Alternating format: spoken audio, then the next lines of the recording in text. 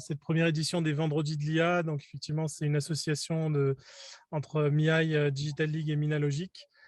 Ça fait suite on avait appelé ça, je crois, les webinaires de l'IA qu'on avait fait l'an dernier.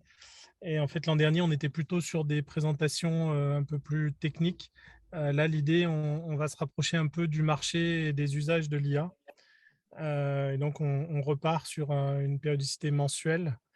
Donc, on va essayer de faire ça tous les premiers vendredis de chaque mois. Donc, le prochain est, je crois, le 1er avril.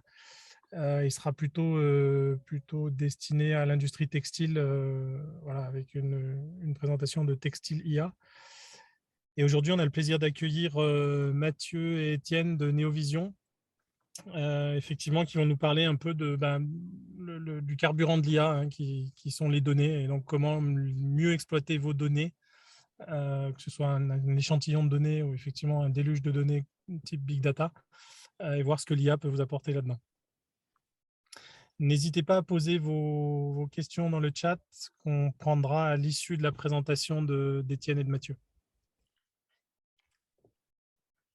Mathieu, si tu veux prendre la suite. Ouais, merci Philippe. Hop, je vais partager du coup mon écran. Tac. C'est bon, vous voyez Oui, c'est bon. Vous voyez tout ça? Super. Du coup, effectivement, oui, aujourd'hui, on va parler data avant de se projeter sur des projets d'intelligence artificielle. Elle se situe bien à la base de ces derniers. Et du coup, aujourd'hui, on va faire un petit tour sur qu'est-ce qu'une donnée, qu'est-ce qu'une information, quelques idées reçues et préjugés qu'on va essayer de casser pour remettre un petit peu à l'endroit. Et on donnera également, et c'est surtout là en fait que ça devient intéressant, des approches et des méthodes pour augmenter son jeu de données lorsqu'il est trop petit, et également quelques astuces pour le qualifier lorsque celui-ci dépasse les capacités d'analyse humaine. Donc, voici comment va se dérouler notre présentation. Donc, on va rapidement se présenter, Étienne et moi, mais aussi Néovision. On va faire un petit passage aussi sur ce que c'est que l'intelligence artificielle. Ensuite, on va regarder voilà, ce qu'on peut lier à l'intelligence artificielle, en général Big Data et les GAFAM. On verra quelle est la différence entre une donnée brute et une donnée qui devient exploitable par l'intelligence artificielle. Un petit tour d'horizon de solutions quand on n'a pas assez de données, donc notamment de l'augmentation de données. Quelles solutions quand on a trop de données? Et enfin, on finira par une session de questions-réponses. N'hésitez pas non plus à poser vos questions tout au long de la présentation. On pourra peut-être les traiter à la fin de chaque partie pour un peu plus de fluidité encore. Donc, pour ce qui est de Néovision, avant de rentrer dans le vif de la société, donc pour ma part, donc, je suis directeur marketing de Néovision.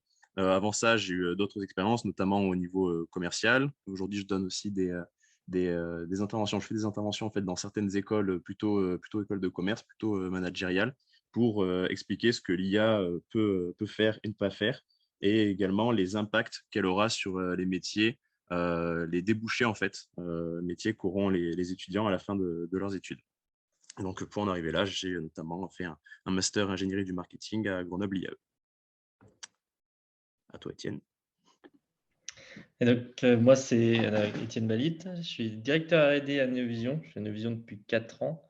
Et avant ça, j'étais en thèse à l'INRIA en informatique. J'ai également fait un passage par l'université de Grenoble pour l'enseignement en informatique. Et je donne encore actuellement quelques cours en machine learning dans des formations de la région. Merci Étienne.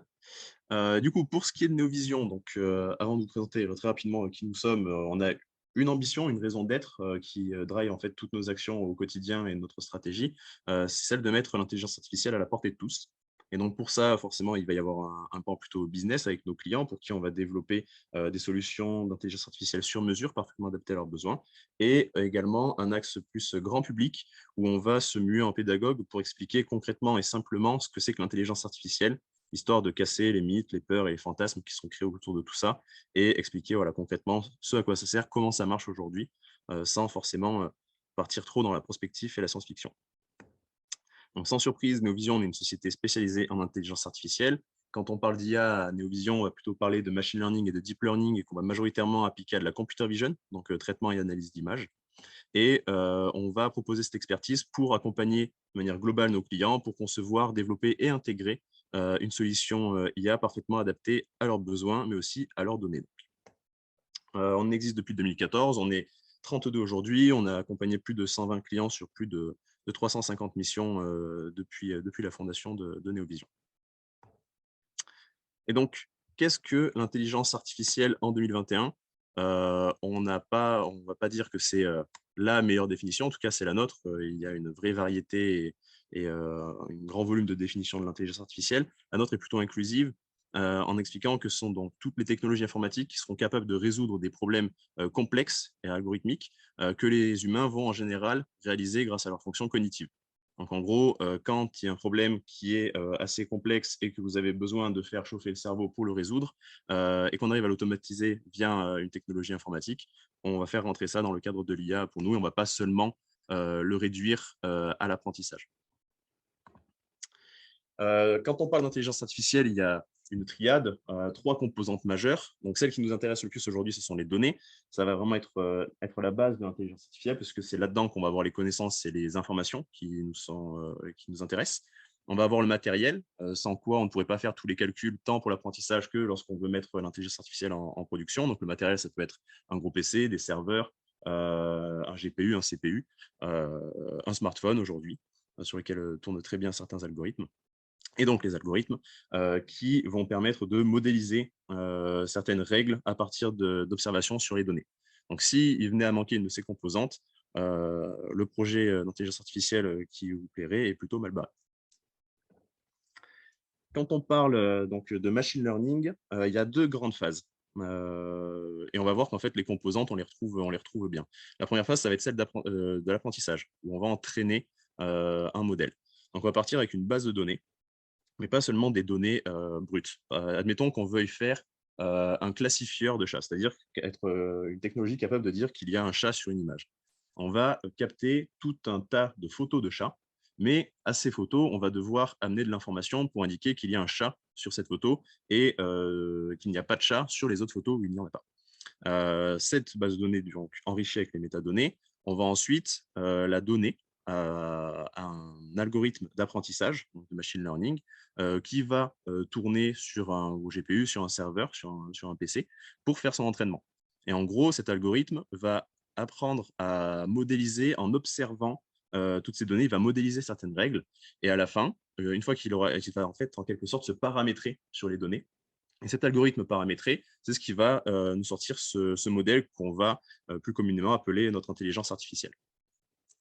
Et par la suite, donc, dans la deuxième phase, on va prendre donc le modèle issu de cet entraînement et on va l'intégrer, que ce soit dans un logiciel, sur directement du hardware, dans une application mobile, pour le mettre en production et l'utiliser de manière concrète. Et donc, quand on va utiliser les technologies d'intelligence artificielle, on sera dans une phase d'inférence. Et dans cette phase d'inférence, on va soumettre une nouvelle donnée qu'on va capturer. Ça peut être, donc, si c'est une technologie sur smartphone, on va utiliser l'appareil photo du smartphone, on prend une photo, on va envoyer cette donnée à notre modèle qui va l'analyser et il va nous faire une sortie, une prédiction.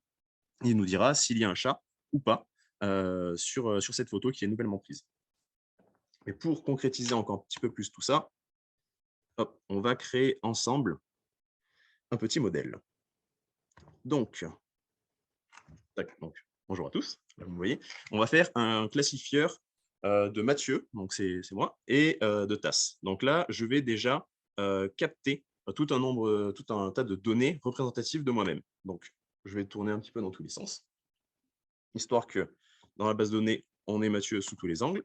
Et là, je vais annoter. Je vais indiquer que ces données-là représentent Mathieu. Ensuite, je vais créer une nouvelle classe. Et donc là, je vais me pousser. On va mettre une tasse. Bon, il y a aussi écrit Mathieu, mais on l'appellera tasse. Donc là, pareil, je recapte les données. J'annote, hop, tasse. Et donc là, je viens de créer mon jeu de données que je viens également d'annoter. Et donc là, il est prêt, il est exploitable pour le donner à un algorithme d'apprentissage. Donc là, on va lancer l'entraînement. On vient de donner donc, ce dataset. Donc, on va passer les différents paramètres d'entraînement. Ce n'est pas le sujet du jour. Mais une fois qu'ils auront été entraînés, il va donc nous exporter un modèle. Et le modèle, c'est ce qu'on a à droite. Donc là, ce qu'on voit à l'image, c'est la nouvelle donnée qui est donc amenée à ce modèle pour faire de l'inférence, et il nous donne le résultat juste en bas. Donc ça, c'est la sortie, c'est sa prédiction. Et donc là, il voit qu'à 100%, il est sûr que c'est Mathieu.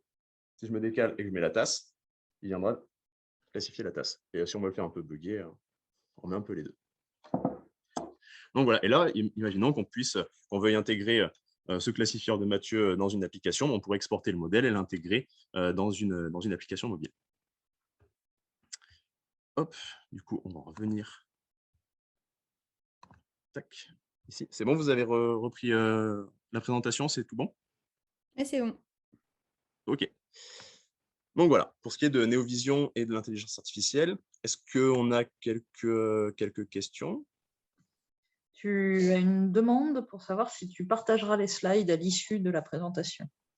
Avec grand plaisir. Et si je ne dis pas de bêtises, il y aura même un replay, non? Peut-être. Je crois qu'en Exactement. tout cas, Oui, tout est oui, enregistré. tout à fait. Donc Tout voilà, est normalement, enregistré. vous avez rien loupé, vraiment. Vous pourrez tout rattraper ultérieurement. Du coup, maintenant, on va voir quelques préjugés et idées reçues autour de l'IA. Donc, le premier des préjugés qu'on va regarder aujourd'hui, c'est le lien entre le big data et l'intelligence artificielle, et les idées reçues comme quoi, pour faire de l'IA, il faut des quantités astronomiques de données. Donc, le big data, c'est caractérisé par la loi des 5V, donc un énorme volume de données qui arrive constamment à une très forte vitesse, avec une grande hétérogénéité dans les sources de données, dont on ne connaît pas forcément la véracité, ni même la valeur de ces données. Donc, on produit énormément de données, mais de manière, vous passerez le terme, un peu bordélique. Donc, est-ce que le big data est parfaitement lié à l'avènement de l'intelligence artificielle? Là, on voit que on produit de manière exponentielle des données sur les dernières années. La production mondiale explose. Et dans le même temps, on voit que les performances et les taux d'erreur ici sur un challenge de reconnaissance d'image chutent. Donc, en gros, l'intelligence artificielle est en train de voir ses performances monter très rapidement. Et du coup, est-ce que les deux phénomènes sont parfaitement liés? On pourrait penser que oui, mais en fait, pas tout à fait. Ce qui permet surtout à l'intelligence artificielle de connaître ses avancées aujourd'hui, c'est à nouveau des évolutions sur les trois composantes de l'intelligence artificielle que je vous ai présentées juste avant, la triade.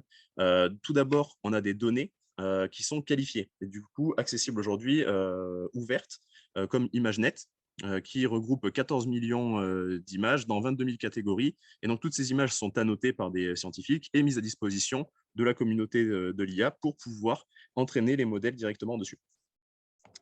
On a également des avancées au niveau algorithmique avec l'avènement des réseaux de neurones, avec des architectures toujours mieux pensées et plus complexes, qui ont un petit peu en fait joué le rôle de game changer. Hein. Ils ont fait exploser les performances de l'intelligence artificielle, mais ont également perdu un petit peu en termes d'interprétabilité des résultats, ou du moins du cheminement des réseaux.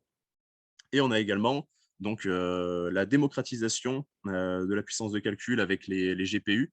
Avant, donc, la puissance de calcul était vraiment réservée à des entreprises qui avaient les moyens de se doter de gros calculateurs, ou par exemple des laboratoires de recherche. Aujourd'hui, on est capable de s'équiper assez facilement de gros GPU permettant de faire tourner les calculs d'apprentissage, notamment sur des plus petits serveurs ou des gros PC. Donc, c'est plutôt ces trois éléments qui ont permis à l'IA de se développer, plus que le big data. Le big data tout seul produit des données qui ne seraient pas forcément exploitables par l'intelligence artificielle. C'est plutôt la structuration de ces données-là qui a permis de faire augmenter ses performances. Et en plus de ça, on a le deep learning est une branche du machine learning. C'est là où on va avoir les réseaux de neurones profonds. Eux sont friands de données, et effectivement, là, il va falloir de gros volumes de données pour pouvoir commencer à utiliser des méthodes de deep learning. Par contre, ce n'est qu'une branche du machine learning, et là, on peut retrouver dans le machine learning des méthodes qui vont être beaucoup plus frugales et moins demandeuses en données. C'est des choses qu'on fait régulièrement en Néovision. Et par exemple, je vais vous citer deux projets qui traduisent bien cela. On a fait une technologie de reconnaissance d'espèces de fleurs pour botanique. Et dans ce projet-là, pour chaque espèce de fleur, on n'avait qu'une vingtaine de photos de l'espèce. Ça représentait entre 4000 et 5000 images. Donc, on est bien loin des états ou pétaoctets du big data. Là, on parle plutôt en gigas de données maximum. On a également donc, développé une application pour reconnaître des œuvres d'art, donc pour le Street Art Fest de Grenoble. Et ici, donc, on a à peu près 200 à 250 œuvres sur le territoire. Et pour reconnaître chacune d'entre elles, on a eu besoin que de 3 photos, donc ce qui nous fait à peu près 600 données pour pouvoir déployer cette technologie. Donc, on voit bien que ces volumes de données sont bien loin de l'image qu'on peut avoir où il faut des milliers d'images par classe pour pouvoir commencer à faire de la reconnaissance performante. Deuxième préjugé, et ce sera le dernier de cette liste, on va faire court. Donc, l'intelligence artificielle est réservée aux géants du numérique et notamment aux GAFAM. Donc, pour répondre à ça, je vais tout simplement vous montrer cette slide qui regroupe en fait les startups françaises spécialisées en intelligence artificielle. Et quand on regarde en fait ce panorama, on peut très rapidement se rendre compte qu'on ne voit pas de GAFAM, mais bien des petites structures, plus ou moins petites d'ailleurs, il y en a qui commencent à devenir sacrément grosses, mais qui sont voilà, donc, détachées de ces GAFAM. Aujourd'hui, on en compte, enfin en 2021, on en comptait 502. Elles n'ont pas de lien avec les GAFAM, elles n'ont pas non plus autant de données qu'eux. Donc, ça prouve bien qu'aujourd'hui, l'intelligence artificielle, ce sont des technologies qui peuvent être développées par des sociétés françaises, mais qui peuvent également être utilisées par des sociétés françaises qui sont bien loin d'être des pure players ou des natifs du numérique. Petit exemple avec quelques-uns de nos clients à Novision, où on voit en fait qu'on a des startups, des PME, des ETI, mais aussi des grands groupes avec des domaines d'activité très variés, très éloignés les uns des autres. Mais la chose qu'ils avaient en commun, c'est qu'ils avaient des jeux de données représentatifs qu'on pouvait exploiter grâce à l'intelligence artificielle. Petite conclusion quand même sur les GAFAM, parce qu'il ne faudrait pas seulement leur taper dessus ou leur dire qu'on n'a pas besoin d'eux. Ça serait faux et réducteur. Il faut savoir quand même qu'ils participent largement à l'écosystème de l'intelligence artificielle. Et en sachant que cet écosystème est largement ouvert, les avancées proposées, enfin les avancées faites par les GAFAM et qui sont ensuite mises à disposition de l'écosystème l'aident à avancer très rapidement et à repousser sans cesse les performances de l'intelligence artificielle. On pourrait citer du TensorFlow, du PyTorch, par exemple, qui viennent de ces entités-là et qui sont largement utilisées aujourd'hui par la communauté IA. Je ne sais pas si tu avais une autre idée, par exemple, Étienne, pour compléter. Tous les papiers, qui sont publiés dans les conférences scientifiques, nous, on suit de très près tout ça. Et au final, on est encore dans un domaine où les grandes entreprises, notamment les GAFAM, publient beaucoup. Ce n'est pas des choses qui sont gardées cachées. Il y a des choses qui gardent pour eux, c'est sûr, mais il y a quand même beaucoup de choses qui sont mises à disposition plus ou moins directement et qui aident beaucoup les plus petits participants, on va dire, de cet écosystème. Merci pour ces précisions, Étienne. Du coup, on en arrive à cette courte partie. Est-ce que vous avez quelques questions à ce sujet ou on peut dérouler? Alors, il y a un participant qui demandait si tu connaissais des alternatives à Teachable Machine pour travailler sur d'autres domaines de l'IA. Donc, il y a eu des réponses dans le chat, mais peut-être que tu voudras compléter. Alors, sur Teachable Machine, on peut donc faire de la classification d'images. On peut aussi suivre des postures et faire du traitement de signal audio, donc de la reconnaissance audio. Après, non, je n'ai pas forcément d'alternative à Teachable Machine. D'ailleurs, ça, c'est une contribution de Google. Donc, voilà, on voit qu'ils aident. Teachable Machine, c'est vraiment pour faire des démonstrations, on va dire, de ce que c'est un apprentissage en vision ou même, par exemple, sur du son ou sur des postures. Ça va être assez vite limité pour l'utilisation du modèle après coup. Voilà. pour les choses qui pourraient exister, ça ne sera pas aussi intuitif que ça, mais j'ai vu avec Collaboratory, ça c'est plutôt un outil d'ailleurs fourni par Google qui permet d'entraîner ces modèles. Mais ce n'est pas avec une interface aussi facile. Il commence à y avoir pas mal de services en fait, qui permettent d'entraîner des modèles, mais voilà, toujours le problème derrière, c'est de s'assurer que ces modèles font bien ce qu'on s'attend à ce qu'ils fassent et pas qu'ils introduisent des biais dans les décisions. Merci. Et on a une autre question sur comment vous définissez une entreprise IA? Est-ce que c'est une entreprise qui met à disposition son expertise à d'autres entreprises ou qui vend des produits et des services IA ou qui intègre l'IA dans d'autres produits? En fait, je pense qu'il y a un peu de tout ça, hein. C'est différents niveaux en fait, d'utilisation de l'IA. Donc, il y a des entreprises qui vont en faire vraiment leur cœur d'expertise et leur activité principale et qui vont donc mettre cette expertise à disposition comme Neovision. On a ensuite des entreprises qui vont proposer des produits, vraiment des services en fait, commercialisés en plug and play sur l'étagère. Et après, on a aussi toutes les entreprises qui vont intégrer de l'IA et qui à la base n'étaient pas sur ce cœur d'activité. Mais en intégrant de l'IA, voilà, ça va leur donner des avantages concurrentiels, des nouvelles fonctionnalités produits, de nouveaux services. Et en général, ces sociétés, au début, elles ne vont pas vraiment avoir la coloration IA parce qu'il y aura juste un petit peu d'intelligence artificielle dans toute leur activité. Mais on se rend compte, nous, notamment en tout cas à Neovision, que ces sociétés, après, en intègrent de plus en plus et dans toutes les dimensions de leur société. Parce que l'intelligence artificielle trouve des applications très transverses, très spécifiques sur chaque métier composant une entreprise. Pour en revenir sur vraiment le panorama de France Digital que je vous ai présenté, là, c'était vraiment des entreprises qui sont sur l'activité même de créer des intelligences artificielles, créer des produits d'intelligence artificielle, des services. Donc voilà, on pourrait limiter les entreprises IA à celles qui sont spécialisées dans l'intelligence artificielle pure, mais on pourrait aussi avoir une définition un peu plus inclusive, intégrant toutes les entreprises en utilisant. Merci Mathieu. Et je rebondis sur cette question pour vous rappeler que la région a produit une cartographie des entreprises de l'intelligence artificielle grâce à Auvergne-Rhône-Alpes Entreprises et que cette carto est disponible sur le site du Campus Région du Numérique. Je te laisse reprendre. Ouais, il est vrai que j'aurais peut-être pu prendre celle-là de cartographie. Elle est moins compacte, Okay, ouais. mais du coup, elle est plus riche pour l'écosystème régional. Ouais, j'étais allé la voir, effectivement, c'est plutôt sympa, beaucoup d'informations. Du coup, maintenant, on va s'intéresser à la donnée. On y vient, on rentre dans le vif du sujet de ce webinaire.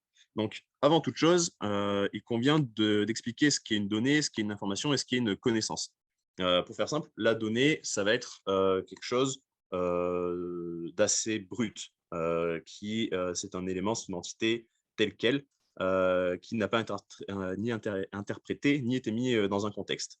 L'information, ça va être une donnée qui a été interprétée, à laquelle on a donné un sens. Et ensuite, la connaissance, ça va être une donnée qui a donc été interprétée, qui s'est transformée en information et qui a ensuite été assimilée et que l'on peut réutiliser à ses fins. Donc voilà un petit peu déjà une présentation de ce qu'est une donnée et une information. Et en fait, pour transformer une donnée brute en une donnée exploitable, très concrètement, on va essayer de transformer des données en information. Pour les transformer en information, il va y avoir une première phase d'interprétation. En général, ça va être l'humain qui va le faire. Il va regarder les données, il va les interpréter pour dire ce qu'il y a sur cette image, où ça se situe sur l'image, par exemple. Et ensuite, il va y avoir une annotation pour, on va dire, ajouter de l'information à cette donnée de manière informatique. Et en gros, on va un peu informatiser, numériser l'interprétation faite par cet expert. Et du coup, ça va prendre vraiment cette forme. En fait, ça va être des données accompagnées de métadonnées. En fait, c'est des données sur les données, ce qui va les transformer en informations, que l'on va pouvoir concrètement utiliser par avec l'intelligence artificielle. Donc, il y a cette première étape d'annotation, donc d'interprétation plus annotation, mais pas que. On va y revenir juste après. Juste avant ça, je voudrais juste illustrer ce que je viens de vous dire en prenant l'exemple d'une photo. Là, cette photo-là, on serait sur une donnée brute. Si on prend l'élément tel quel, on pourrait dire le nombre de pixels qu'il y a, un petit peu de colorimétrie, mais c'est tout. Si jamais on veut utiliser cette photo pour faire un détecteur de chats et de chiens, ou même une technologie de segmentation, il va falloir la noter. Et donc, pour la détection, on va utiliser des bounding box, qu'on appelle donc des boîtes englobantes, pour amener une information de localisation sur cette image, où se situe le chat. Donc, autour de cette bounding box, on peut dire que c'est un chat, et où se situe le chien. Si on voulait faire de la segmentation, c'est en fait un peu de la détection 2.0, hein, pour faire ça simple. On va s'intéresser à délimiter les objets au pixel près, et vraiment, du coup, les délimiter via des masques de segmentation. Et du coup, la notation pour ce type de tâche ressemblerait plutôt à l'image de droite. Donc là, on serait vraiment sur de la notation qui est du coup spécifique à la tâche que l'on va cibler. Mais il n'y a pas que ça au niveau traitement qu'il faut appliquer à ces données pour les rendre exploitables. Donc déjà, il va falloir aussi les structurer, c'est-à-dire quelque sorte les standardiser et qu'elles suivent un petit peu toute la même structure, la même construction. Par exemple, si on prenait des données tabulaires, il faudrait que chaque donnée ait le même nombre de colonnes venant la qualifier. Ensuite, il faudrait également nettoyer son jeu de données, c'est-à-dire enlever les erreurs, donc les données qui ne sont pas du tout représentatives et qui vont venir casser l'apprentissage. Ça peut être des données incomplètes également. Il va falloir travailler sur le format. Il y a par exemple, quand on parle d'image, il y a certains formats standards comme le format Coco, mais on a aussi des algorithmes qui vont prendre en entrée, donc qui vont utiliser des données avec des formats spécifiques, par exemple du 220 par 220, 240 par 240 en termes de pixels. Et donc, si vos photos images ne font pas ces dimensions-là, il va falloir les redimensionner pour qu'elles matchent avec le format d'entrée.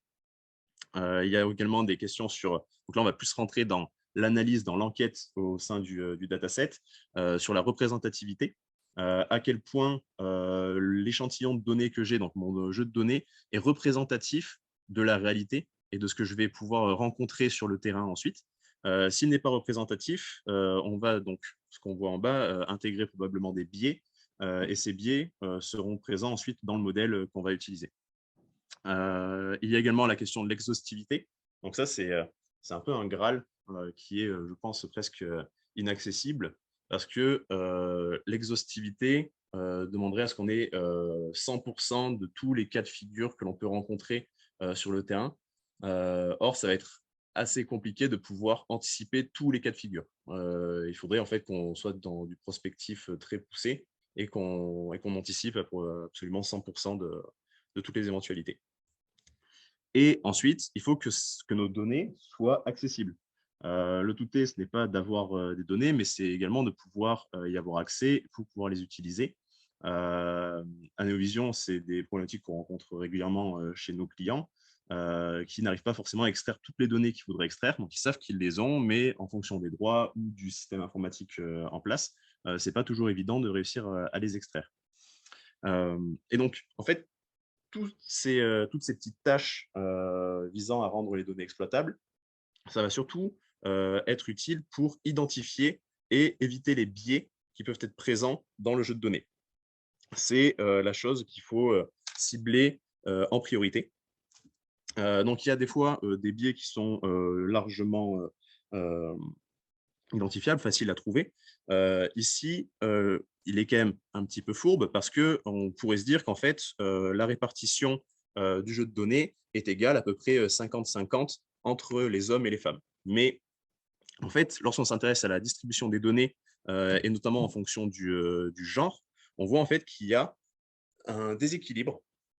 Les hommes vont être surreprésentés dans les activités extérieures et sportives, lorsque les femmes, elles, sont surreprésentées dans les activités intérieures et en relation avec la cuisine.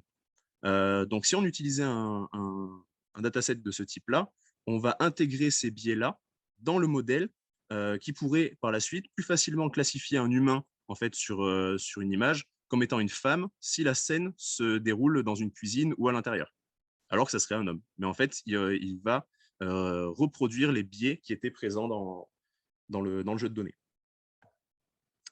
Des fois, il faut aller un peu plus loin et puis y aller en fait donnée par donnée. Donc, c'est là en fait que ça peut commencer à devenir très, très fastidieux. Ici, on a donc un jeu de données qui représente des personnes et des pianos sur les mêmes photos. Ici, les biais sont encore un peu plus difficiles à discerner. En gros, sur ce jeu de données-là, on va avoir aucune variation sur la relation instrument-humain au niveau des hommes. Sur chaque photo, quand on voit un homme, il est en train de jouer du piano. Par contre, il va y avoir une vraie variation au niveau des femmes. Sur certaines photos, on va les retrouver en tant que musiciennes, et sur d'autres, on va les retrouver en tant que spectatrices. Donc là, l'application en tant que telle de ce jeu de données ne saute pas aux yeux, c'est beaucoup plus expérimental et ça sert vraiment à mettre en évidence que certains biais ne seront discernables que si on enquête en profondeur et de manière détaillée dans le jeu de données. Et du coup, après, pour concrétiser un petit peu tout ce que je disais et l'importance de virer les biais de son jeu de données, il y a eu une petite étude qui est faite, une petite expérimentation, donc dans un jeu de données où là, encore une fois, on met en scène des humains en train de réaliser certaines tâches, donc des scènes de la vie quotidienne. Et donc, dans ce jeu de données, on avait 67% des personnes qui cuisinent qui sont des femmes. Ce jeu de données a été utilisé par un algorithme CRF, donc qui est assez basique, mais donc, une fois entraîné sur ce jeu de données, il prédisait qu'en cuisine, la personne présente est une femme dans 84% des cas. Et du coup, il avait quand même pas mal d'erreurs. En fait, ce que ça montre, c'est que les biais qu'on va avoir dans notre jeu de données, ils vont être réintégrés concrètement dans le modèle, mais le modèle va pouvoir potentiellement même les exacerber, c'est-à-dire les augmenter par rapport à leur présence initiale dans le jeu de données. Certains modèles vont juste en fait, s'aligner avec les biais déjà présents. Certains d'autres vont également les minorer, mais c'est un risque qui ne vaut pas trop le coup d'être pris. Je ne sais pas si tu as quelque chose à ajouter là-dessus, Étienne, également. Sinon, on va pouvoir prendre des petites questions. Non, je pense que c'est très bien. Merci, c'est gentil. Et pour l'instant, il n'y a pas de questions. Et il n'y a pas de questions. On va pouvoir alors, demander... pardon, il suffisait que je dise ça pour qu'une question apparaisse. On a une question qui est comment anticiper ou identifier les biais? Est-ce qu'il y a les tests empiriques du modèle? Est-ce que tu peux faire une analyse manuelle ou visuelle du dataset par un humain ou est-ce qu'il y a d'autres méthodes? Il peut y avoir toutes ces méthodes-là. Hein. Il peut y avoir une analyse manuelle et visuelle d'un humain. Ça va être possible quand le jeu de données, on va dire, est à échelle humaine. Si on commence à avoir des millions de photos à analyser, je pense que ça va être compliqué. Et après, par test empirique du modèle, je ne sais pas si c'est une bonne pratique. Tu veux peut-être préciser, Étienne? Je pense que tu pourras être plus pertinent. On peut notamment en regardant les images de notre jeu de données, on peut commencer à avoir l'intuition parfois de certains biais. Et après, il va y avoir une démarche vraiment d'enquête, c'est le terme que Mathieu a utilisé. C'est-à-dire que, par exemple, là, sur les pianos, il va falloir monter une expérience, en fait, définir une façon de représenter sur l'ensemble du jeu de données la relation entre les pianos et les personnes en fonction du genre et voir s'il y a une distinction. Résumer en fait cette relation sous la forme d'une visualisation, on va dire, résumée. Et donc ça, c'est une expérience et qui va nous permettre de savoir s'il y a un biais ici. Donc c'est le plus efficace, hein, une fois qu'on a l'intuition, d'aller vraiment définir en fait une sorte de plan expérimental pour valider ces données. Et nous, on a développé Vas-y. des outils. On fera une démo un peu plus tard, justement pour faciliter la première partie d'avoir une intuition des biais pour pouvoir ensuite potentiellement les évaluer quantitativement. Et on montrera rapidement une démo sur ce type d'outil. Une des bonnes pratiques aussi, je pense, c'est mener ce travail d'enquête, pas forcément approfondi à ce point, mais par des personnes externes au projet. C'est-à-dire qu'en fait, souvent, les ingénieurs ou les data scientists vont intégrer des biais personnels mais inconscients. Et du coup, en fait, même en faisant cette enquête, ils ne vont pas forcément pouvoir les identifier de manière formelle. Par contre, une personne qui est extérieure à ce projet n'aura pas la même sensibilité, n'aura pas les mêmes biais internes et du coup sera plus à même de les identifier et donc de les éviter. Par exemple, moi, ça me fait penser à un loupé d'une équipe de Amazon qui voulait utiliser une intelligence artificielle pour filtrer des CV. Du coup, c'est une équipe interne 100% masculine de Amazon qui a développé cette IA. Et du coup, en fait, il s'est avéré que l'IA était misogyne. C'est le terme qu'on a posé. Ce n'était pas du tout le cas parce qu'ils n'ont pas de conscience.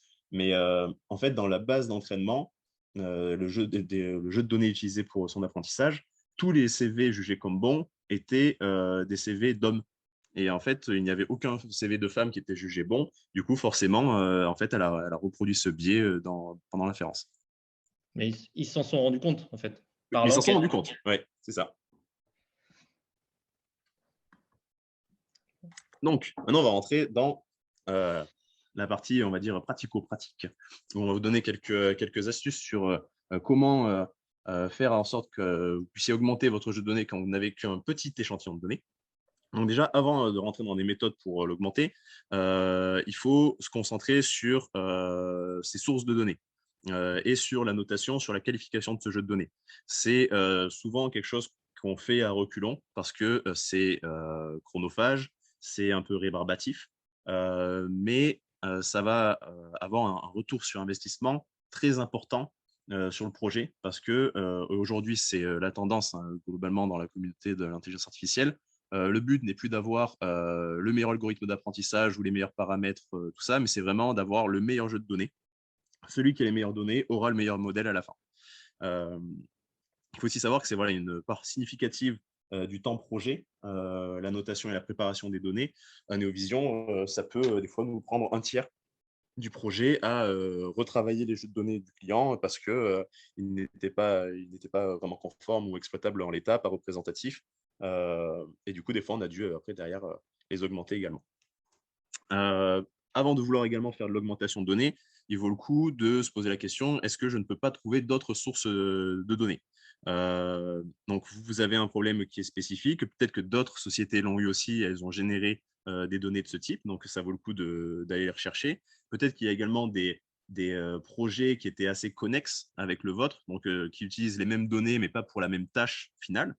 Est-ce que vous ne pouvez pas trouver des données chez vos clients, chez vos concurrents, même qui les auraient mis en libre accès? Bon, c'est quand même peu probable, hein. Mais vous pouvez chercher d'autres sources de données, et notamment les données open source, qui sont du coup plus ou moins gratuites. Certaines vont pouvoir être utilisées à des fins commerciales, mais la plupart du temps, ça plutôt à des fins académiques. Et vous trouverez principalement des données sans annotation, donc qui sont brutes, qu'il va falloir traiter, mais vous auriez déjà cette matière première. Donc il y a à nouveau en fait ce travail d'investigation pour savoir est-ce que je pourrais trouver d'autres données avant de passer vraiment à l'étape de l'augmentation. Et puisqu'on parle d'augmentation, on va commencer par parler transformation de données. Donc en gros, les transformations de données, ça va consister à créer des variantes, un petit mot à la mode, mais féminisé, des variantes en fait de votre jeu de données initial. Pour cela, vous allez appliquer des traitements d'images, quand on prend l'exemple d'image par exemple, aléatoires. Donc parmi ces traitements, on peut avoir de la rotation. Donc c'est ce qu'on voit sur la colonne de gauche, ça va être le jeu de données initial. Et en fait, toutes les autres colonnes, c'est des images produites suite à ces petits traitements. Donc on a la rotation. On va avoir l'intégration de flou ou de bruit, donc rendre l'image moins nette. On va pouvoir aussi jouer sur les contrastes, avoir des couleurs plus vives ou plus fades, au contraire. On va pouvoir également zoomer, donc rogner certaines parties de l'image pour isoler certaines parties. Et après, on va également pouvoir jouer sur la luminosité. En fait, en intégrant des données de ce type-là, vous allez pouvoir créer un modèle derrière qui sera beaucoup plus généralisable. et du coup beaucoup plus performant et robuste une fois utilisé concrètement sur le terrain. En utilisant de la rotation ou du flou, ça vous permettra d'utiliser par exemple une technologie qui est intégrée sur votre smartphone. Vous ne serez pas obligé de prendre une photo parfaitement droite. Si la mise au point n'est pas parfaite ou que la luminosité, par exemple, est en train de changer entre le matin et le soir, la technologie restera performante et capable d'analyser cette donnée et de vous donner une prédiction correcte. On a d'autres façons de faire aussi, un peu plus complexes cette fois, avec donc de la composition. Ça fait penser aux travaux qu'on a tous fait étant jeunes, de découper des éléments et puis les coller sur d'autres environnements. Donc, on a, par exemple, pour la détection d'objets, on va détourer les objets qui nous intéressent. On va sélectionner en fait des scènes, des fonds, de nouvelles photos. Mais en fait, on va appliquer ces objets sur ces scènes-là pour créer en fait de nouvelles données qu'on va pouvoir annoter derrière. Là, on le voit avec les bounding box qui ont été ajoutées. Et donc, en fait, c'est des données qui sont assez réalistes, représentatives, et du coup, on va pouvoir les utiliser dans l'apprentissage. Pour la segmentation, on va en fait utiliser le même principe. On va isoler les objets qu'on veut segmenter en gardant seulement, donc en détourant autour du masque de segmentation, et ensuite on va venir les apposer de manière plus ou moins automatisée. Aujourd'hui, il y a des pipes qui permettent de créer ces données composées automatiquement. Mais voilà, on va créer des compositions. Du coup, il est possible de créer des images d'entraînement où des joueurs de foot côtoient des autruches et des girafes. Et on est tous d'accord pour dire que obtenir ces données en réalité, ça serait assez compliqué. Et ce qui est compliqué aussi, c'est de détourer de manière plus ou moins automatique ou à la main chaque objet qu'on voudrait reconnaître.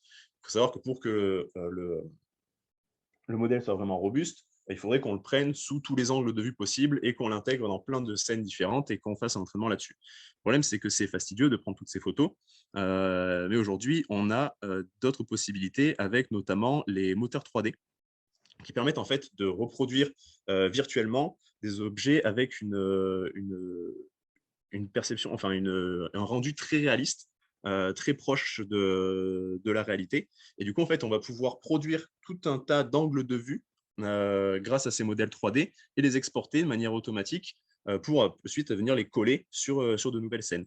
Donc, ça accélère grandement le travail de composition, notamment. Et c'est quelque chose qu'on a utilisé. Donc là, petit challenge pour qui veut.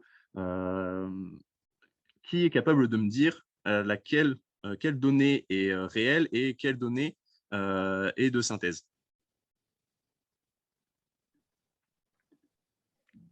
Étienne, tu n'as pas le droit de jouer. Amélie, tu prends le risque?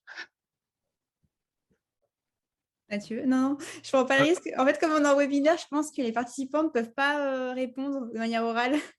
Ok, ouais, effectivement, oui, c'est pas faux. Du coup, Olivia, toi, tu veux pas prendre le risque non plus? Non. Okay. Bon, bah alors, fin du suspense. Celle de gauche est donc une image réelle, celle de droite est la fake. Là, en plus, je vais vous donner un exemple assez facile, parce que c'était donc les premières images qu'on a créées sur un projet. On est allé beaucoup plus loin et on a fait beaucoup mieux, notamment avec de l'animation. Mais pour créer ces images, en fait, on a utilisé un moteur 3D qui s'appelle donc Blender, et on a modélisé des humains et du mobilier qu'on a ensuite exporté avec un rendu infrarouge basse résolution. Et du coup, en fait, ces images-là, derrière, on a pu les utiliser pour faire un entraînement et détecter, en fait, reconnaître certaines activités humaines. Ce qu'on cherchait à faire, c'était réussir à détecter en fait des chutes. Et donc pourquoi en fait on a adopté cette approche? Parce que obtenir des jeux de données de personnes qui chutent, c'est déjà super compliqué. C'est quelque chose qu'on essaie d'éviter, de tomber. Donc il n'y a pas énormément de données là-dessus, de vidéos, et encore moins en infrarouge. Pourquoi? Parce que l'infrarouge n'est pas une technologie massivement déployée dans l'environnement aujourd'hui. Du coup, on n'a pas ce type de données. Donc, on était obligé de passer par cette génération. Donc, derrière, en animant, voilà, ça nous donnait ce jeu de données qui est quand même plutôt réaliste. On a d'autres techniques aussi, purement génératives et en plus là, automatisées, pour créer de nouvelles données. Donc, c'est ce qu'on appelle les GAN, les Generative Adversarial Network. Et donc là, il faut imaginer que c'est un réseau dans lequel on a deux IA, l'une qui va être génératrice et l'autre qui va plutôt avoir le rôle de juge.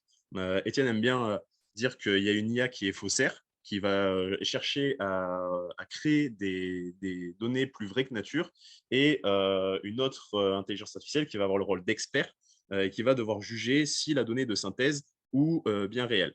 Et du coup, en fait, c'est un réseau qui va boucler, et plus il va tourner, plus le générateur va réussir à générer des images réalistes, représentatives, qui vont venir tromper l'expert, donc le discriminateur.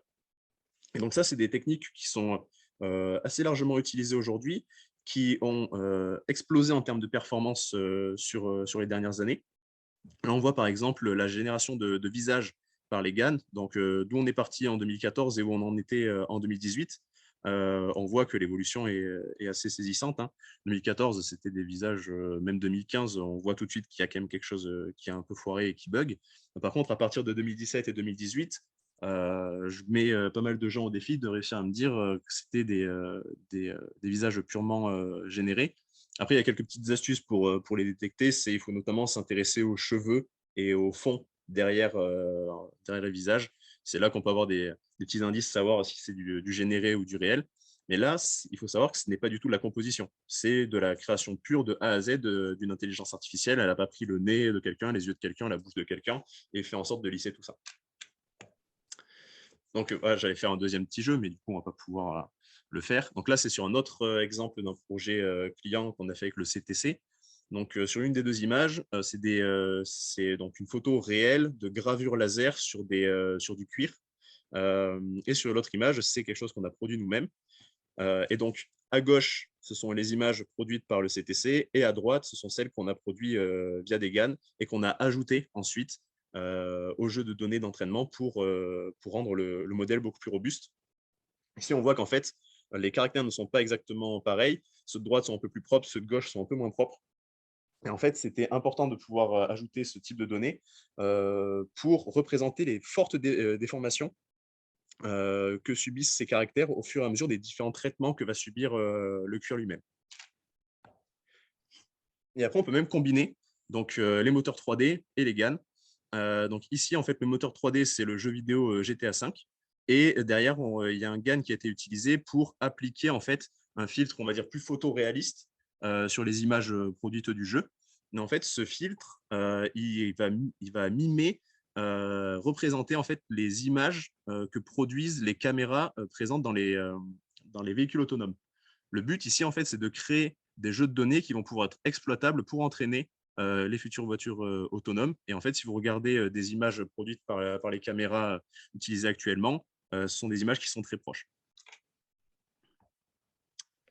Et enfin, pour terminer sur l'augmentation de données et les techniques permettant d'utiliser des petits jeux de données sur un projet d'intelligence artificielle, là, on va plutôt partir des données et plutôt se concentrer sur l'algorithmie avec le transfer learning. Tout à l'heure, je vous ai parlé d'ImageNet, qui donc, est une base de données d'images annotées que l'on peut exploiter, assez gratuitement. Et en fait, il y a surtout des modèles qui sont aujourd'hui pré-entraînés sur ces bases de données. Donc, un pré-entraînement, c'est quoi? On va entraîner un modèle à réaliser une tâche. Donc, soit classifier, c'est dire ce qu'il y a sur une image, détecter, dire ce qu'il y a et où sur une image, ou segmenter encore. Et là, ça serait réussir à détourer exactement un élément sur une image. Admettons, donc c'est pas vrai, parce qu'il y a des images de chats, mais on va reprendre notre exemple du chat. Dans ImageNet, il y a tout plein d'images, mais aucune image de chat. Par contre, il y a un modèle qui a été entraîné pour classifier des images. Donc, il sera capable de classifier des vélos, des arbres, des chiens aussi, mais pas les chats.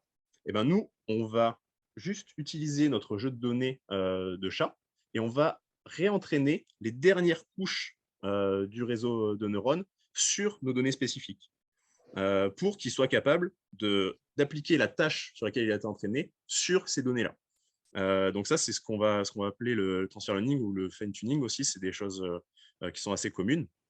Et ça permet du coup d'accélérer considérablement les projets IA mais aussi de faire des économies en termes de temps et surtout au niveau énergétique, parce que du coup, on n'a plus réentraîné la totalité d'un modèle, mais seulement quelques-uns de ses paramètres. On arrive au bout de cette partie. Je ne sais pas si tu avais des choses à ajouter, Étienne, comme ça, spontanément, ou sinon on peut prendre les… Non, vas-y. Donc, je regarde un peu s'il y a des questions. On économise combien de temps par le transfer learning? Ah, On peut économiser énormément de temps, de l'ordre de plusieurs jours. Et surtout d'énergie, en fait, parce que notamment sur les très gros modèles qui sont entraînés aujourd'hui, qui ont des meilleures performances, c'est énormément de calculs, donc plusieurs jours, voire semaines, avec un nombre très important de GPU, souvent plusieurs machines avec plusieurs GPU chacune. il y a souvent des analogies qui sont faites avec les transports notamment. Et par exemple, je crois que c'était pour GPT-3, donc un modèle lié à l'analyse et la génération de texte. C'était l'équivalent d'un aller-retour New York-San Francisco en avion, quoi, en termes d'impact environnemental lié à la consommation d'énergie. Mais Donc, en plus du temps qu'on gagne, parfois, avec un petit jeu de données sur le sujet d'un client, on pourrait tout simplement pas entraîner un modèle de zéro. En fait, on a trop peu de données pour pouvoir entraîner ouais. le réseau en entier. Donc, c'est pour ça qu'on l'a mis dans quelle solution pour peu de données. C'est que c'est également également un élément qui fait qu'on passe par du transfer learning. Pas uniquement la vitesse, enfin le gain de temps et d'énergie. Des fois, c'est que c'est la seule solution technique envisageable. Et puis après, il y a d'autres méthodes qui sont en train de naître, mais qui donc apportent des promesses, mais demandent à être validées. On a tout ce qui va être few shot et zero shot learning, meta learning, qui permettrait de faire de la classification avec un très faible nombre d'exemples, des fois 0, 1 à 5 maximum. Voilà, c'est des nouvelles méthodes qui sont assez prometteuses, mais qui sont encore un peu balbutiantes. Je propose aussi de traiter rapidement les deux autres questions. On a une première question de Rubal. Les méthodes d'augmentation de données n'introduisent-elles pas de biais étant donné que les mêmes éléments sont présents sur toutes les images retouchées? En fait, si on revient au déroulé de cette présentation, avant de faire l'augmentation de données, il faut s'assurer que le jeu de données sur lequel on va faire tous ces traitements ne comporte pas de biais. Avant de vouloir exploiter un jeu de données, l'augmenter ou quoi que ce soit, il faut toujours s'assurer en fait de bien le qualifier et d'enlever les biais avant toute exploitation, que ce soit pour la data augmentation ou pour concrètement lancer un apprentissage. Je ne sais pas si tu veux compléter, Étienne, il y a peut-être des subtilités. Je pense qu'il y a peut-être aussi le fait que l'image qu'on a montrée, finalement, à chaque fois, c'était la même transformation. Mais ce qu'il faut voir, c'est que pour chaque image, en fait, on va générer un angle de rotation différent, un niveau de flou différent. Et donc, on ne va pas introduire un biais, mais on va rajouter de la diversité sur chacune de ces dimensions, on va dire, de l'image. On va rajouter de la diversité et non pas juste définir, voilà, on met tous les objets à 15 degrés de rotation. Là, on introduit des biais. Donc, l'élément important, ça va être de bien gérer la diversité. Et on peut aussi poser des problèmes avec l'augmentation de données. Donc, c'est pour ça que c'est pas non plus quelque chose qu'on peut faire de façon automatique. Je donne un exemple qui est assez direct. Pour de la reconnaissance de caractère, en reconnaissance d'objets, souvent, ce qu'on va faire, c'est retourner les images. Retourner les images à l'horizontale, à la verticale. Parce que pour un objet, pour la reconnaissance d'un objet, ça ne va pas forcément changer le type d'objet. Par contre, pour un caractère, et ben là, si on prend une image d'un B et qu'on la retourne horizontalement, on se retrouve avec un autre caractère. Donc, en fait, l'important dans l'augmentation de données, c'est aussi de s'assurer que la transformation d'image qu'on a faite n'a pas changé le label, n'a pas changé la classe de ce qu'on reconnaît dans l'image. Donc voilà pour la deuxième partie de ma réponse sur les biais. On peut introduire des biais avec l'augmentation de données. Donc c'est pour ça qu'on ne fait pas n'importe comment cette partie du projet. Super, merci Étienne. Et puis après, on a la question à 1 million de Laurent. Donc l'IA est explicable, Étienne, ou pas? J'ai pas vu la question. La question, c'est juste l'IA est-elle explicable? C'est difficile de répondre parce que l'IA, ça va être très large. Voilà, Il y a des algorithmes qui vont être tout à fait explicables. Généralement, c'est parce que derrière, la complexité de la tâche est relativement faible. La difficulté, c'est que pour les problématiques auxquelles on s'intéresse là, par exemple la reconnaissance d'objets, etc., en fait, c'est une tâche qui est trop complexe, devenue trop complexe pour la faire de façon efficace en la codant à la main. Et donc, toutes les règles qu'on pourrait retrouver pour expliquer le fonctionnement du réseau de neurones, en l'occurrence, en fait, n'expliqueraient qu'une partie du comportement du réseau de neurones. Parce que sinon, on aurait pu les coder à la main. Et donc, on a ce problème en fait où les choses explicables sont parfois pas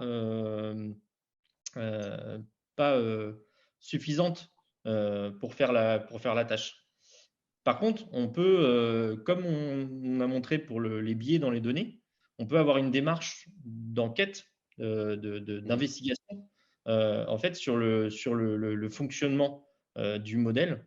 Voilà, plus que il y a un domaine de recherche qui s'appelle l'explicabilité dans l'IA. Mais voilà, moi, je préfère parler de compréhension d'un modèle par l'investigation. Et on a des outils de plus en plus intéressants pour aller justement faire ce type de sondage en fait, dans le modèle, d'aller essayer de décortiquer un peu comme les psychologues ou les neuroscientifiques font avec l'humain, en fait, avec le cerveau humain ou animal d'ailleurs. D'aller essayer de comprendre comment il fonctionne sans pour autant pouvoir finalement le réduire à des règles très simples. Et puis, il y a des travaux actuellement aussi. Donc, c'est un vrai challenge qui est adressé actuellement par la communauté scientifique de l'IA, l'explicabilité. Ce phénomène de boîte noire qui a vraiment été poussé avec le deep learning et la profondeur des réseaux. Mais on a par exemple des travaux sur le concept whitening qui vient en fait représenter de manière plus ou moins interprétable par l'humain le cheminement du modèle pour faire sa prédiction. C'est notamment dans la compréhension de scène. Pour ceux que ça intéresse, je vous invite vraiment à aller voir sur notre blog. On publie en fait des petits articles vulgarisés d'avancées comme ça. Et on en a fait un qui est dédié au concept whitening. Il y a un message d'Amélie dans le chat il y aura bientôt un webinaire sur l'explicabilité en IA. Tout à fait. Enfin, bientôt, c'est prévu pour le 4e trimestre. D'accord. Et correction, par contre, c'est pas une boîte noire, les réseaux de neurones. Justement, on peut aller tout sonder. C'est juste très complexe à l'intérieur. Et donc, ça demande effectivement une analyse qui est pas du tout aisée. Voilà. C'était pour reprendre un terme que l'on croise souvent. Et on avait une remarque aussi de Alexandre qui pense que donc, pour entraîner GPT-3, c'était 75 fois un aller-retour Terre-Soleil. Je pense qu'on peut prendre ça comme une boutade. Ok, et ben on va pouvoir passer à la dernière partie. Et du coup, là, c'est toi, Étienne, qui va pouvoir prendre rapidement les rênes, juste introduire. Du coup, est-ce que c'est vraiment un problème en fait, d'avoir trop de données? Est-ce que ce serait pas un problème de riche ou un caprice? En fait, pas tout à fait. Parce que comme je l'expliquais juste avant, la notation, c'est quelque chose de très chronophage.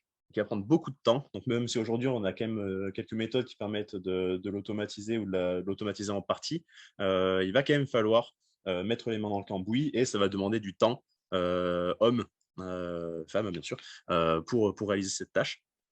Ça va être aussi de plus en plus compliqué d'aller évaluer la bonne qualité de toutes les données. Ça va être compliqué de détecter les outliers et les erreurs présentes dans le jeu de données. Et on va également avoir des problèmes de stockage et d'accessibilité. Stocker 1 giga, ce n'est pas la même chose que de stocker 1 Tera lorsqu'on veut les exploiter en plus derrière. Et donc, on reboucle, en fait, encore une fois, sur un grand jeu de données. Ça va être compliqué d'aller identifier et éviter les biais du coup, avant de lancer un apprentissage. Donc, en guise de première solution, il y a tout ce qui va être apprentissage non supervisé. Donc, il s'applique plutôt bien aux grands datasets qui ne demandent donc normalement pas d'annotation ou seulement très partielle. Et donc, on a de nombreuses méthodes qui sont possibles de mettre en œuvre aujourd'hui, comme de l'active learning ou de la self-supervision. Ce sont des techniques et des méthodes très prometteuses, mais qui restent extrêmement complexes et qui demandent de vraies compétences en data science. Personnellement, Étienne m'a essayé de me les expliquer de manière la plus simple possible. Ça reste assez compliqué à comprendre. Donc, voilà, si tu veux apporter quelques précisions dessus, Étienne, sinon on peut passer directement à une petite démo de Tadavis, parce qu'en fait, il y a toutes ces techniques qui sont disponibles, mais il y a aussi des outils qui permettent d'aller miner en fait dans le jeu de données et de le qualifier de manière très précise et efficace. Pour résumer vraiment en une phrase sans aller dans le détail, l'active learning, ça va être l'idée qu'on va pouvoir annoter les données, non pas dans un ordre aléatoire, mais aller calculer finalement à chaque étape de l'apprentissage de notre modèle, aller calculer quelles sont les données qui seraient les plus intéressantes, sur lesquelles ce serait le plus intéressant d'avoir les labels. Ça va permettre de faire de la notation au fur et à mesure. L'objectif, ce serait de pouvoir annoter qu'une petite partie d'un jeu de données, mais qui va finalement être décisif pour les performances du modèle qu'on entraîne. Aujourd'hui, il y a déjà des résultats, c'est-à-dire qu'on peut quand même gagner donc, des dizaines de pourcents, en fait, éviter d'annoter une partie. On a des meilleures performances en termes on va dire de quantité d'annotation nécessaire par rapport à juste de l'aléatoire, mais ça reste relativement faible par rapport au coût de la notation par ailleurs. Et la self-supervision, parfois on appelle aussi ça du non supervisé. En fait, ça va être d'apprendre une représentation à partir des données elles-mêmes et des corrélations qu'il peut avoir dans les données. C'est encore un domaine assez avancé, mais aujourd'hui, ça commence à donner des très bons résultats en vision par ordinateur notamment. Également en traduction, il me semble c'est des choses qui se rapprochent de l'état de l'art scientifique. Et ça c'est très intéressant quand on utilise justement, on a accès à une très très grande quantité de données, mais qui n'est pas annotée.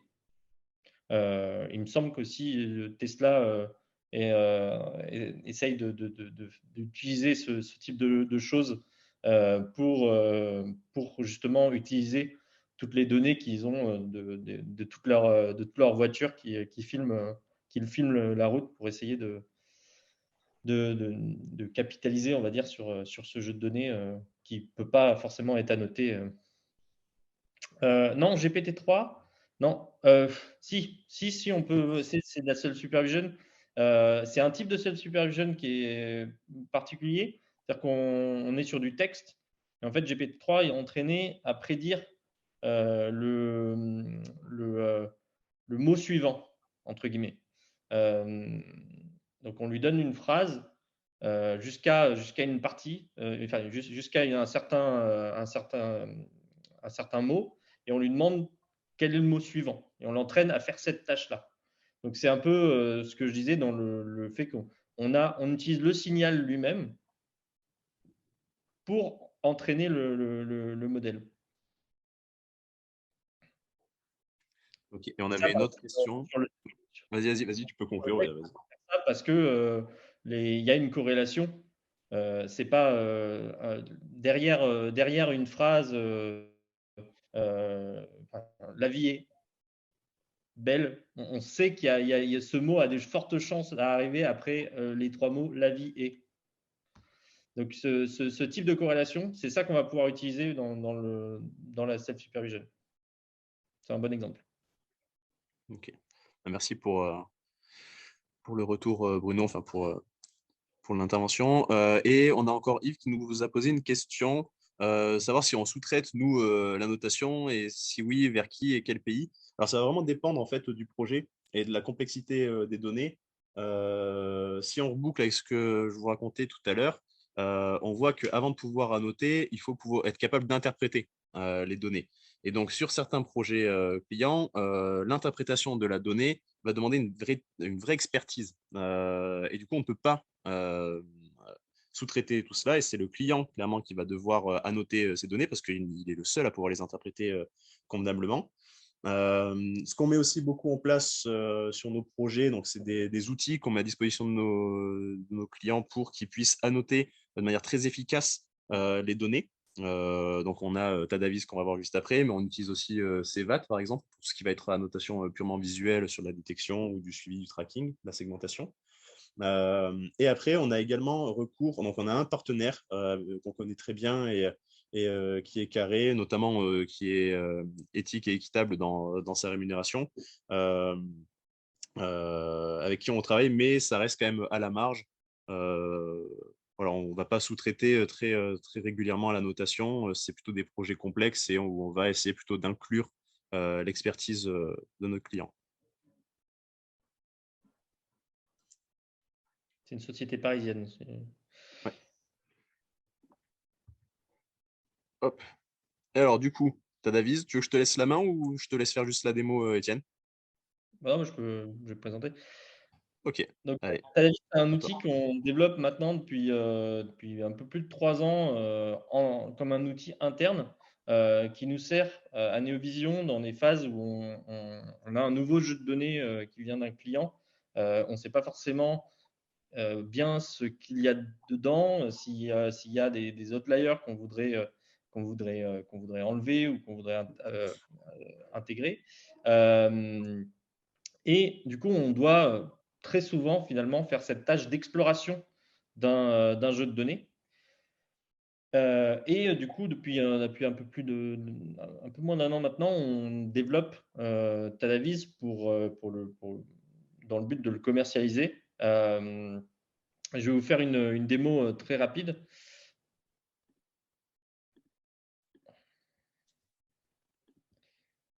Alors, voilà. Donc voilà à quoi ressemble Tadavis. Ici, j'ai pris un jeu de données de fleurs, donc des photos de fleurs. Et donc, Tadavis, ça va se présenter en deux parties. Une première partie où on fait une projection, une cartographie du jeu de données. Donc on va avoir les images similaires vont s'agglutiner pour former des clusters. Ce qui va nous permettre de rapidement voir déjà si la représentation qu'on a choisie est bonne pour la tâche qu'on vise, à quel point elle est loin finalement de permettre la tâche, ou alors est-ce que la tâche va être facile. Voilà. Donc, par exemple, ici, j'ai pris une représentation qui est une représentation, en fait, c'est un modèle préentraîné sur des tâches visuelles assez généralistes. Et on peut voir que, par exemple, pour la classification de fleurs, les performances semblent assez bonnes. La projection ici, la clusterisation, elle s'est faite sans aucune annotation. On n'a pas utilisé d'annotation. Donc, je mets les labels pour vous montrer à quel point finalement la clusterisation s'est faite de la bonne façon. Et du coup, on utilise Tadavis parce qu'on va pouvoir observer en fonction de métadonnées comment s'organisent ces clusters. Et donc, par exemple, ici, on voit que chaque cluster semble se distribuer en fonction de la résolution des images. Par contre, il semble que tous les clusters ont à peu près une répartition équitable d'images basse résolution et haute résolution. Et enfin, on va aussi utiliser l'interactivité. Donc, à droite, on a les images. Et en fait, les images que vous voyez, ici, c'est toutes les images parce que j'ai sélectionné la totalité du jeu, totalité des points, mais je vais pouvoir aller sélectionner une partie. Et donc ici, par exemple, ce qui est intéressant, c'est particulièrement les petits clusters qui se forment autour des clusters principaux, parce que ils sont pas séparés pour rien en général. Donc par ici, je vois que il semble qu'on ait un cluster qui soit formé avec des daisies, marguerites, mais avec surtout des insectes. Et donc je vais pouvoir en fait ajouter une annotation, une colonne distracteur. Et sur cette colonne distracteur, je vais dire bah, j'ai des insectes ici. Voilà. Et là, du coup, j'ai créé une colonne et je vais pouvoir finalement aller investiguer ces différents clusters pour essayer de voir justement s'il n'y a pas des biais dans mon modèle. Donc là, par exemple, quand je parle de biais, un biais, ça pourrait être que quand il y a un insecte, eh ben, dans mon jeu de données, c'est toujours avec une marguerite. Et donc, il y a le risque que si j'entraîne en utilisant ces données, eh ben, à chaque fois qu'il y a un insecte, je dis c'est une marguerite. Et d'ailleurs, on peut voir que dans cette représentation, on a ici, dans cette zone, on a des points verts donc et des points bleus, donc Dandelion et Sunflowers, et qui ont été finalement associés au Daisy parce que c'est dans notre jeu de données, en fait, c'est ce qui va avoir le plus souvent des insectes. Voilà comment on peut justement utiliser ce type d'outil pour aller examiner des biais. Un autre élément, c'est ici, on va voir qu'on a, un style différent. On pensait que c'était un jeu de données avec des fleurs, des photos de fleurs, et en fait, on a des dessins de roses. Et il semble qu'il n'y ait que des roses en dessin. Donc pareil, on va vouloir dire, OK, ça, je veux la noter parce que peut-être que je veux enlever les dessins pour pas qu'à chaque fois que j'utilise le modèle sur un dessin, au lieu de l'utiliser sur une photo, ils me disent que c'est une rose, alors que c'est une tulipe, par exemple. Donc voilà le type de choses qu'on va pouvoir faire avec cet outil. Je ne vais pas aller plus en détail, il y a plein d'autres fonctionnalités, mais voilà, je pense que ça donne une vue assez rapide du logiciel. Je te redonne la main. Yes, merci Étienne. Hop, et du coup, bah, ça va être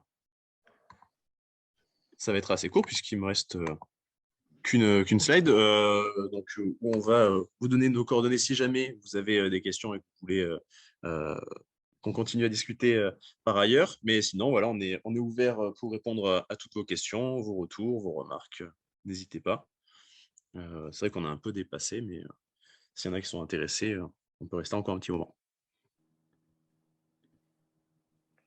Merci beaucoup à tous les deux pour votre présentation. S'il y a des questions, je vous laisserai les prendre juste après. Juste un mot pour vous dire que le prochain webinaire est dans 1 mois et qui sera animé par Textilia, que Néovision connaît bien.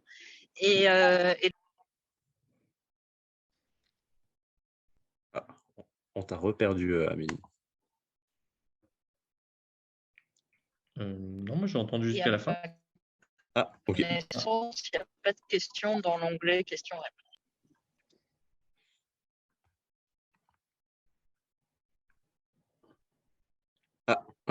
Est-ce qu'on pourrait ajouter quelques petites choses, Étienne, sur d'autres types de données, comme les séries temporelles, les signaux audio, les vidéos? Alors oui, nous, on est très focalisé sur la vision par ordinateur parce que c'est, on va dire, notre domaine de prédilection. Mais il y a beaucoup des éléments dont on a parlé, hein, que ce soit le transfer learning, l'augmentation de données, et également les biais, etc. C'est des choses qui se transposent dans les autres domaines, que ce soit en traitement du langage, en analyse de séries temporelles. On a les mêmes choses qui sont les mêmes risques et souvent les mêmes façons les grands domaines, on va dire, sont similaires. Après, peut-être qu'il y a plus de recherche aujourd'hui en vision par ordinateur que dans les autres domaines. Donc, c'est aussi intéressant justement de voir la self-supervision, par exemple, elle est poussée par la vision par ordinateur et le traitement du langage. Et donc, pour l'instant, il y en a moins dans les séries temporelles, mais ça commence à venir assez fortement. Donc, Il faut dire que la vision, c'est quand même un domaine vraiment locomotive de l'IA. Il y a beaucoup d'avancées qui sont faites par la… Comment? Le traitement du langage aussi, c'est… Oui, et langage, c'est vrai, qui lui aussi est en train d'exploser. Mais vraiment, si on regarde il y a plusieurs décennies, il y avait beaucoup de choses qui étaient faites sur la vision, quoi.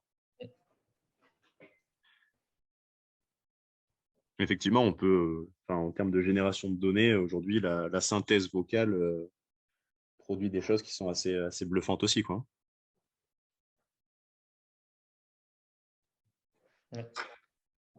Oui, par exemple, pour le son, pour la reconnaissance la reconnaissance vocale, il y a énormément de projets qui vont utiliser la superposition, par exemple, pour créer des environnements bruités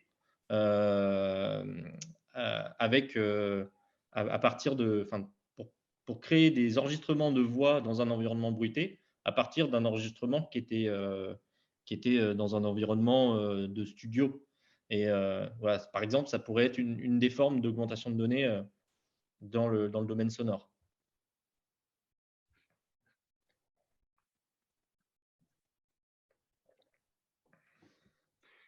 Je ne vois pas de nouvelles questions. Merci à toutes et à tous pour votre participation et d'être venus aussi nombreux. On est ravis d'avoir pu faire cette présentation et on vous invite vraiment à participer au prochain webinaire, donc le mois prochain, le 1er avril, ce qui n'est pas une blague. Il y a certes un petit peu de subjectivité puisqu'on travaille sur ce projet, mais c'est quelque chose de très prometteur, Textilia, pour toute la mode française, mais plus largement après pour tous les créatifs français, avec plein de fonctionnalités et de bénéfices apportés par l'IA.